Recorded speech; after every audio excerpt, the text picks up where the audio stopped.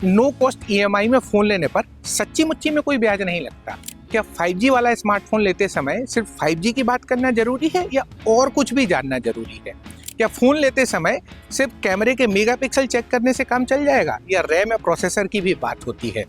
क्या फ़ोन का जो आईडी पासवर्ड है वो अभी भी दुकान वाले भैया का होता है या आपका होता है? क्या हमारे दिमाग में इतने सारे क्या आए तो एक बात हमें समझ में आई कि स्टूडियो में बैठकर इनके जवाब तलाशना थोड़ा मुश्किल है। तो इसलिए हमने रुक किया उनका जिनके पास सच में इनके जवाब होते हैं, मतलब रिटेलर्स का। हमने की उनसे बात, देखिए क्या पता चला। सबसे पहले फोन को धर देते, पर एक बात बताओ जी, ये जो जीरो डाउन पेमेंट वाला सीन है जी, वाकई में जीरो होता है क्या? मतलब जैसे कि सपोज मैंने 30,000 का फोन लिया और मेरी 6 EMI आई, तो सच में 5-5 हज़ार की आएंगी?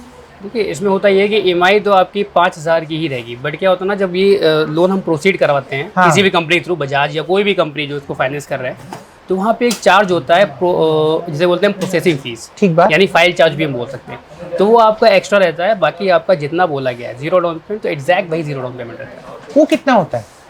मान लीजिए अगर आपको फाइल चार्ज भी है तो ऑलमोस्ट, अगर बहुत सब कुछ भी मिला लेंगे उसमें, processing fees and file charge और जो भी पेपर्स की उनकी कॉस्ट रहती है, तो बहुत ज़्यादा 1,000 रुपये, 800 से 1,000 रुपये।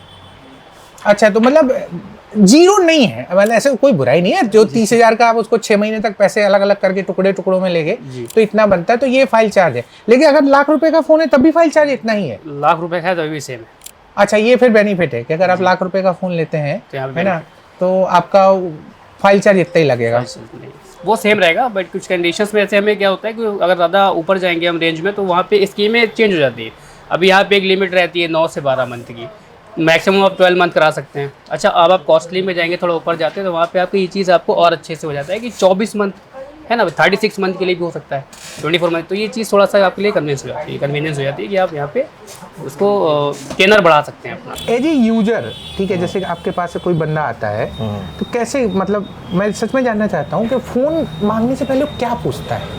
अपनी देखिए रिक्वायरमेंट हर एक कस्टमर बता देते हैं। जैसे कोई कैमरा चाहिए उसको तो बता देता है मुझे कैमरा फ़ोन चाहिए। गेमिंग चाहिए तो गेमिंग आपके इन्फिनिक्स में GT में आता है, पोको और IQ कस्टमर उस पर ज़्यादा जाता है। एक यूजर अंदर गेट के अंदर आता है, ठीक है, और क्या सबसे पहले बताता है कि मेरा बजट इतना है? नहीं, बजट नहीं बताता है वो कहता है मुझे जो है फ़ोन चाहिए, कैमरा फ़ोन चाहिए, उसके बाद में बजट बताता है। पहले अपनी प्रेफरेंस बताए थे, कैमरा चाहिए, बैटरी चाहिए या आपको जो प्रोसेसर चाहिए। अगर मेरा अंदाजा सही है तो ज़्यादातर आदमी तो कैमरे पे बात कर रहे हैं आजकल। नहीं, कैमरे पे नहीं, आजकल के लड़के जो होते हैं यंगस्टर्स, वो गेमिंग जेन जी, हाँ बस वही बोलते हैं। और फिर एक प्राइस कुछ स्पेसिफिक है कि हमको इतने में इतना ही मांगता? हाँ, वो तो मांगे, कम पैसों में ज़्यादा चीज़ है। कितने कम पैसों में? कम पैसों मान चलिए कुछ होते हैं ना, उनका बजट कम होता है, तो वो लोग खासकर पर्टिकुलर मॉडल देख के यूट्यूब से कंपैरिजन करके आते हैं कि हमको यही मॉडल चाहिए। और इत्तेफाक से ऐसा है, वो मॉडल जैसे GT इन्फिनिक्स में मांगा तो ठीक है, नहीं मिला तो पोको और IQ में आता है कम पैसों में, वही सेम चीज़। पोको वही रेडमी का मॉडल है, IQ वीवो का है, वही कम पैसों में देता है वो चीज़। यार ऋतिक, एक बात बताओ, यूज़र आता है आपके पास में, ठीक है, तो क्या वाकई वो आके पूछता है कि मतलब कौन सा प्रोसेसर का फ़ोन मिलेगा? प्रोसेसर का हाँ रहता है, सेकेंडरी रहता है। बेसिकली तो वो देखते हैं कि कितने GB रैम है। जनरल, अच्छा, रैम पे फोकस है। जनरल थॉट ये होता है कि जितने GB रैम है तो ज़्यादा स्मूथ चलेगा फ़ोन। प्रोसेसर पूछते हैं बहुत कम, लेकिन तो रैम बहुत टेक्निकल हो, थोड़ा बहुत। तो रैम कितनी चाहिए अंदाजे से? देखिए, अगर प्रोसेसर अच्छा है तो 4 GB रैम सफिशिएंट है। बस आजकल के टाइम में ना, जितने ज़्यादा अपडेट्स आ रहे हैं, पुराना डेटा आता जा रहा है आगे, लोग कैरी फॉरवर्ड कर रहे हैं, तो 6 GB रैम एटलीस्ट होनी चाहिए। यूजर मांगता है कि मुझे 6 GB चाहिए? लोग 16 GB तक मांगते हैं। नहीं, वो ठीक बात है, हाँ वो तो देखो, मैं एक बात बता दूं, कैमरे को बता देता हूँ, 16 GB रैम वाला जो फंडा है उसकी वाकई में ज़रूरत नहीं है।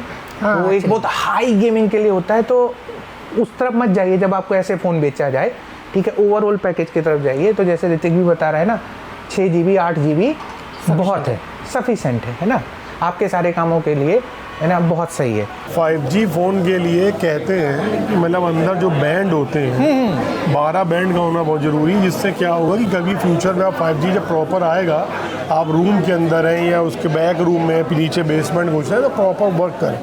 अभी जितने भी आप देख रहे हो छोटी मोटी कंपनियां कई हैं, जो मैं नाम नहीं लेना चाहूँगा, मतलब कि 6,000 7,000 में ले आई, जबकि रेपुटेटेड है, बहुत पहले से चल रही है। और वो 6-7 हज़ार 5G दे रही, कस्टमर को बिल्कुल आइडिया नहीं है कि हम 5G लिखा हुआ ले रहे हैं या सच में 5G ले रहे हैं। 5G ले रहे हैं। अब इसमें तो एक चीज़ और भी है कि चलो अच्छा ठीक है, इंडिया स्पेसिफिक तो आपने बना दिया, हाँ। मान लो कि ठीक है वो आदमी कभी बाहर नहीं जाने वाला, लेकिन अगर गलती से वो फ़ोन बाहर गया तो 5G नहीं चलेगा।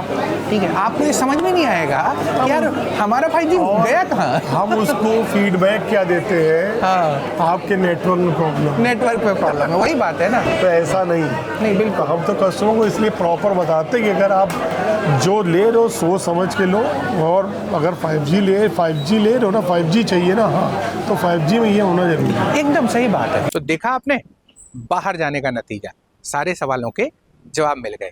ऐसे और भी सवाल हम आगे तलाशते रहेंगे। आप देखते रहिए डी लल्लन टॉप। और हाँ, देखना मत भूलिएगा हमारी बिहार से जुड़ी अनसुनी कहानियों की सीरीज हम बिहार के लोग, रोज सुबह 11 बजे से।